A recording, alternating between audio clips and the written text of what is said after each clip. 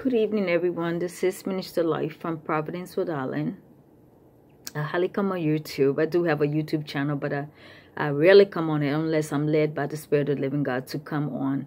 And my reason for coming on really is just to encourage the people of God and to encourage others out there too, believers and unbelievers. Unbelievers really do need to be encouraged also so that they can come out of darkness into the marvelous light of God. So yeah, that is my mandate and my reason for being on YouTube. But I want to thank you guys that are watching. Please subscribe, leave a comment if you have to. However God leads you to whatever you need to do, just do it on the channel. Please stay positive. This channel is really positivity. If you have to leave a negative comment, that's fine, but please stay as positive as you can.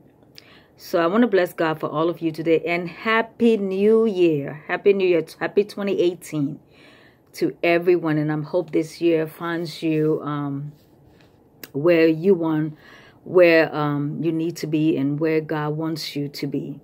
The main thing is to find yourself in the things of God. Is so important. It's absolutely relevant that if you don't know God, or if you knew God and you have one foot in and one foot out, that you can't become very serious with building your relationship with God.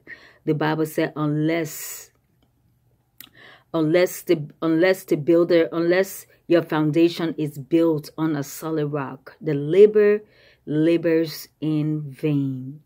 So we got to know that you got to fall in love with Jesus.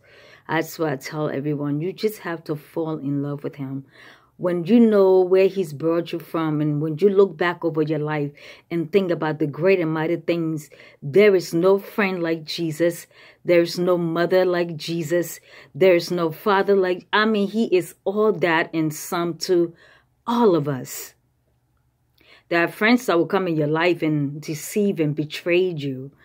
And parents will be there for you today, and tomorrow they won't love you. But God, just an amazing, amazing, amazing God. So I just want to encourage you guys that are out there that will be listening to this recording to stay on course. I do have a word today from God for you, and it's going to be very short. This is not long at all. And as I was reading my word, just trying to study and do a little, just re-examining myself, there's a word that came to me, pressing towards the mark. And I kept hearing that in my spirit. Pressing. And I'm like, wow, God, why is this word? Why does this word keep coming up in my spirit? Pressing.